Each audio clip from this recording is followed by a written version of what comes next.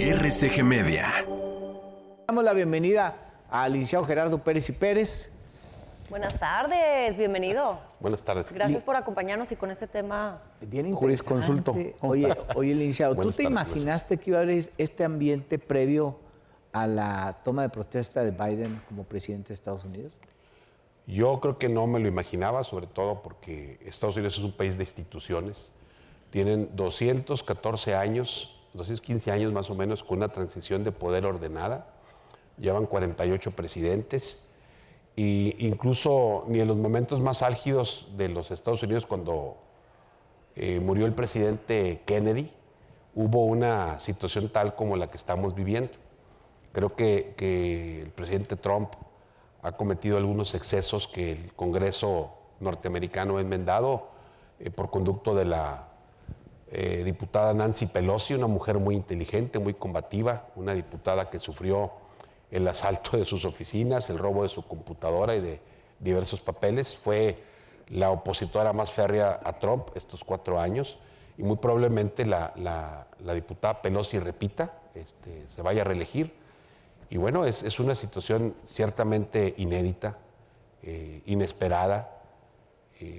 Ella es la que propone la 25 enmienda, pero ¿por qué no se llevó a cabo? Si el Congreso votó a favor y Mike Pence dijo que no.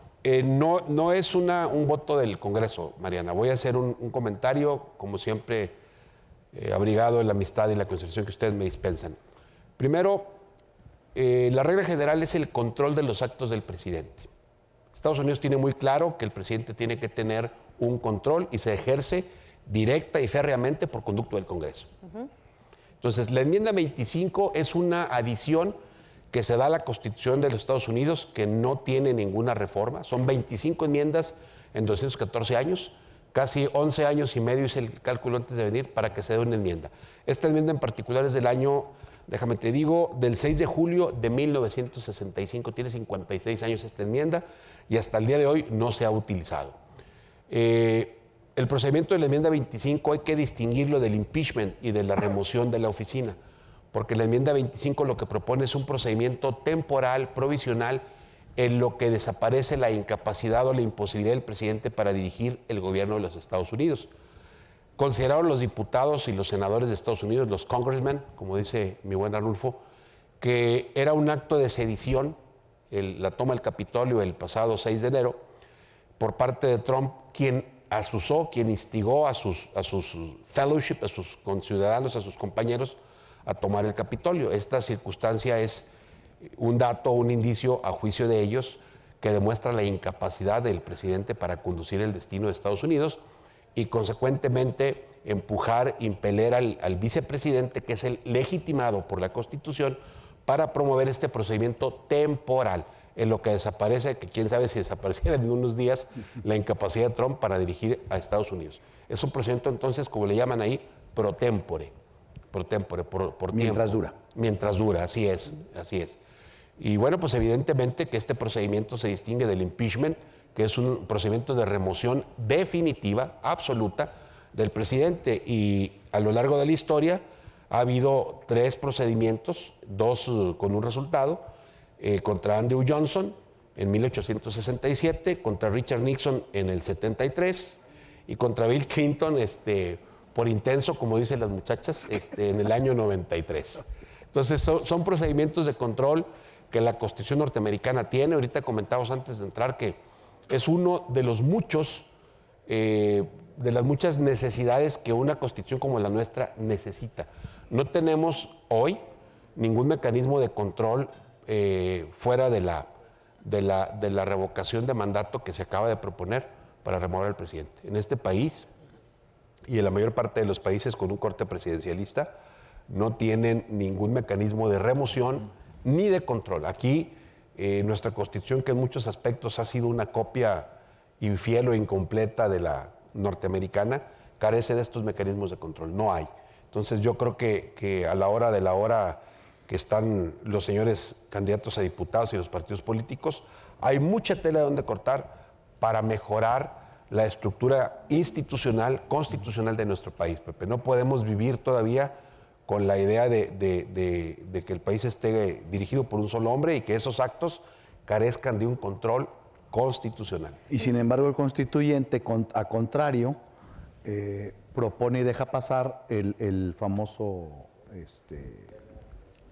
la protección a la investidura. El fuero, el retiro del fuero. Sí, entonces, no te dan permiso de removerlo en una situación extrema, como pudiéramos estar a punto de tenerla alguna vez.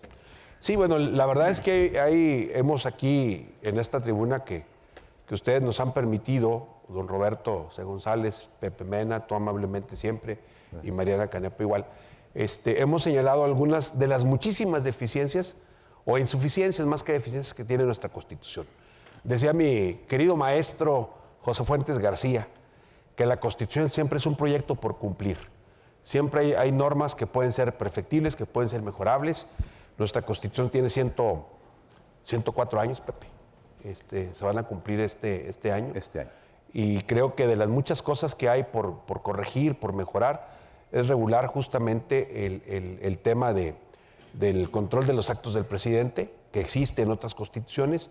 Otro tema que hemos apuntado aquí es el tema del pacto fiscal. Otro tema que también está en la mesa, interesante. Me gustaría ser como Cantinflas, yo quiero ser diputado federal, ¿verdad? Hay mucha tela donde cortar cuando los partidos no ven eso. Un tema importante, Arnulfo, que lo ha puesto de manifiesto el gobernador Riquelme y la Alianza Federalista, es el tema de las relaciones entre los poderes. Tenemos un poder federal, un ejecutivo federal que no está obligado por la Constitución a atender las peticiones de los gobernadores. No está obligado, Arnulfo, porque la Constitución no lo obliga. Obligarlo. Claro. Hay que obligarlo de la Constitución. Entonces, vuelvo a lo mismo, ¿no? Son las formas de control del Poder Ejecutivo, que en nuestro país no tiene ninguno. Son fórmulas abiertas, discrecionales, y que no están regladas en la Constitución. Gerardo, entonces cuando el presidente Andrés Manuel López Obrador dice que él va a enjuiciar y encarcelar a los expresidentes, ¿esto se puede? Bueno, es una manifestación que hace él. Aquí, desde el punto de vista penal y constitucional, diría dos cosas. Número uno, primero, penalmente se trata de hechos prescritos, para empezar. Segundo, otra vez, perdón por la referencia, Manuel, fue puro comercial a la facultad. Como diría mi maestro Berchelman, circunstancíeme el hecho. Es decir, dígame en qué consiste, circunstancias de tiempo, modo, lugar y ocasión, del hecho que usted le imputa a determinado presidente. Y que encajen al tipo. Y que encajen al tipo. Entonces, hay una serie de procedimientos legales previos que habría que llenar para poder opinar si esa manifestación es atendible o no. Yo creo que es válido que queramos nosotros justamente reparar o restañar el presidencialismo atroz que ha sufrido este país. Voy a hacer un apunte muy sencillo. Un presidente destacado y muy inteligente, que no se lo puede escatimar nadie, Salinas de Gortari, removió 29 gobernadores. Sí, hombre. Entonces, digo, ahí están las cosas, ¿no?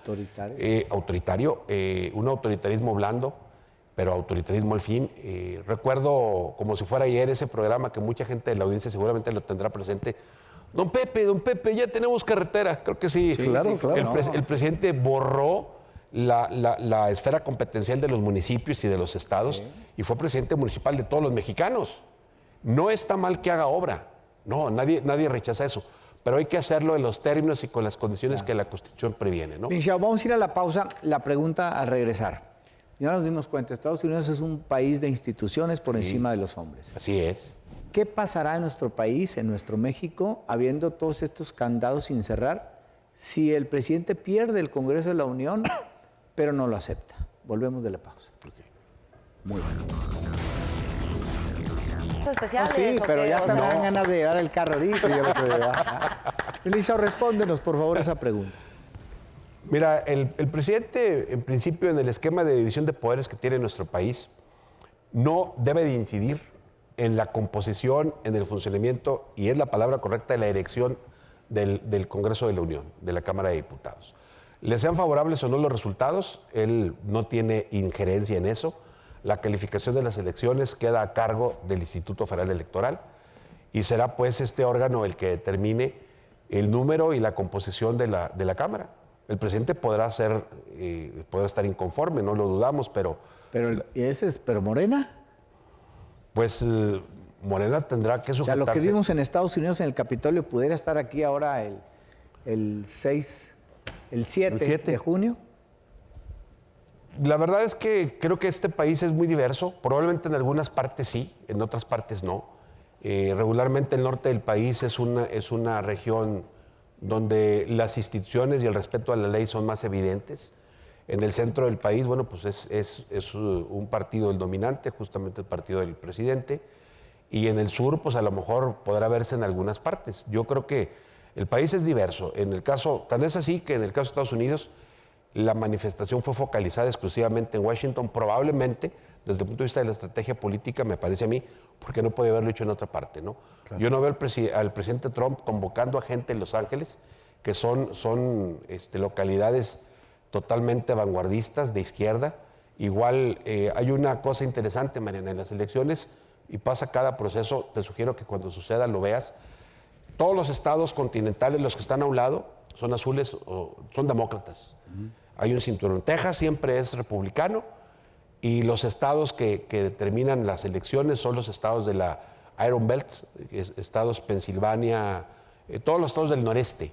Sí, pero no veo al presidente López Obrador con una petición así, no lo veo, pero bueno, yo no puedo anticipar las cosas. Creo que serán algunos brotes, algunas manifestaciones en algún lugar, pero no lo veo así. El país realmente me parece a mí, te repito, en mi perspectiva, es un país que está balanceado, es decir, el norte del país es tricolor, es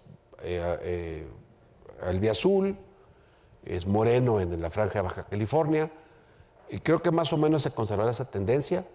Yo creo que habrá algunas sorpresas, sobre todo en los núcleos urbanos, Monterrey, Saltillo, Durango, en las capitales, donde la presencia de medios de comunicación, la existencia de opiniones plurales, hace que la gente razone o al menos plantee el voto que va a emitir. Así lo veo, Pepe. Muy bien. Esa es mi opinión. Gerardo, para no desaprovechar tu presencia aquí, platicábamos al inicio sobre esta desgracia que ocurre en una colonia aquí al norte de la ciudad, con esta mujer que todo indica que no fue un accidente, que no se cayó de la escalera y que fue el marido quien la aventó y la había golpeado primero.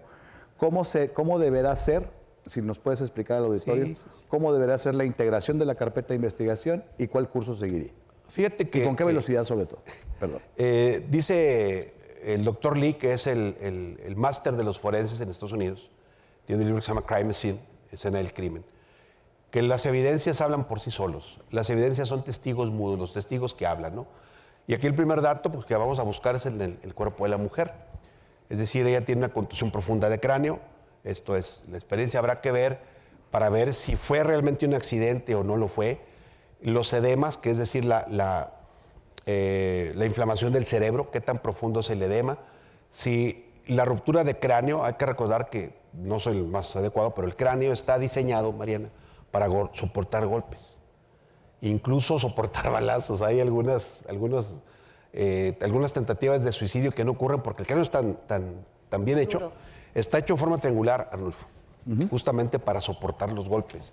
Entonces, si hay una contusión profunda de cráneo, incluso hay fractura de cráneo, según escuché, habrá que ver la dinámica del golpe, de la fractura, la posición final de la mujer, la posición que la víctima tuvo al final. Pero en este caso, bueno, ella cae y es llevada al hospital. O sea, no hay manera de saber. Eso ya dicen.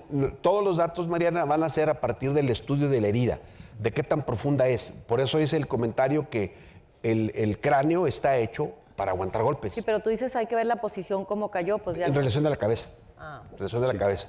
O sea, la cicatriz, la fractura deja una marca. Mira, por ejemplo, ¿qué sucede? Es una especulación. El cráneo es una caída normal de una escalera, hay que ver si tiene alfombra o no tiene alfombra, primero. Hay que ver si al ir rodó con el cráneo, que es evidentemente no, sino va rodando con el cuerpo. También nuestro cuerpo está hecho para eso, Mariana, eso lo sabe cualquier médico, tu papá lo sabe. Por eso tenemos los órganos vitales en el medio del cuerpo. Si tú te fijas, esa es la razón, una razón natural, de evolución natural. Entonces, si lo que tiene la señora es una contusión profunda, eso va a ser una sugerencia evidente de que se trata de un golpe con un bate, con un macetero, que no es en ángulo. Ya. ¿Sí? A eso me refiero con buscar la posición de la herida, o sea, qué tan profunda está. Si fue el cráneo el que pegó en un mosaico o si fue algo que le pegó al cráneo. Así es correcto, Rulfo. Es distinto el nivel la de mecánica, sí, la mecánica. Es un tema 100% pericial, no hay testigos, y es un tema donde los aspectos técnicos de una institución se ponen justamente a prueba para lograr... El que lo hay es el marido y ya hay contradicciones en sus... Claro, es el marido siempre, todos los que estamos casados o que tenemos una pareja o vivimos en comunidad, somos los principales obligados a cuidar la integridad de nuestro compañero o de nuestra compañera, en este caso. Entonces, esa se considera una muerte violenta, no muerte sospechosa, y consecuentemente es una muerte que debe ser materia de investigación. De ser un feminicidio, ¿cuál es la penalidad? De 30 a 50 años. De 30 a 50 años. ¿Y qué pasa con los niños? Dependiendo de la edad de los niños, aquí hay un tema de tutela. Los abuelos paternos son los que entran a ejercer la tutela, porque hay una suspensión en el derecho de patria potestad en contra del papá, al estar sujeto a proceso, suspensión, no pérdida, y son los abuelos paternos los que se harían cargo. ¿Y por qué no los maternos? Porque esa es la disposición que tiene la ley, Mariana. No hay ninguna razón, es simplemente, vuelvo a repetir, lo que la ley dispone. Okay. Hay situaciones, por ejemplo, la Corte ha cambiado los últimos años, pero en el caso del divorcio, por ejemplo, los niños preferentemente se quedan con la mamá. A veces hay papás muy buenos, pero es lo que la ley dispone. No hay una razón. ¿Tiene peso que haya pruebas de que antes de esta tragedia haya habido golpes, claro, haya habido testigos que se daban cuenta de que había maltrato? El primer peso es que, o el primer indicio grave, es que no hay otra persona en el lugar más que él. Pruebas circunstanciales. Es decir, ¿con quién está pasada? Con el marido. Ya no tiene ninguna coartada ni ninguna excluyente. ¿Qué hay que revisar en el cuerpo de la mujer? Las uñas, para ver si hay datos de una pelea, si hay pedazos de piel, pedazos de cabello de la persona. Al otro sujeto, al señor, al esposo o ahora viudo de esta señora, habría que haberle revisado al momento de los hechos también estos datos. Pericialmente se busca lo que se llama principio de transferencia de evidencias. Es decir, cuando choca un coche de un color azul en un color rojo y deja las huellas de la pintura y viceversa, ese principio de criminalística es el que tienen que aplicar. Y vuelvo a repetir que es una investigación 100% técnica, no hay testigos. Es lo que las evidencias permitan aportar a la investigación. Y desde luego la presunción grave de que la única persona grave que estaba ahí era el marido. No hay otra fórmula, ¿no? Bueno, licenciado Gerardo, puedes hablar de tantos temas. Fíjate, empezamos con Trump, pasamos a López Obrador y terminamos con un presunto feminicidio. Hombre, y un viernes lo invitamos a hablar de música. También, ¿verdad? Va a ser una delicia. Gracias, licenciado. Como siempre, tú sabes que RCG Media es tu casa. Pues muy agradecido con don Roberto C. González, viéndolo a las alturas, con Arnulfo, contigo, Pepe, con Mariana, por supuesto. Siempre me he sentido entre amigos aquí con ustedes y siempre me he sentido bastante contento de darles alguna opinión, algún comentario desde nuestra muy modesta perspectiva. Gracias, licenciado. Gracias, Gerardo. Vamos a ir a la pausa y regresamos con más.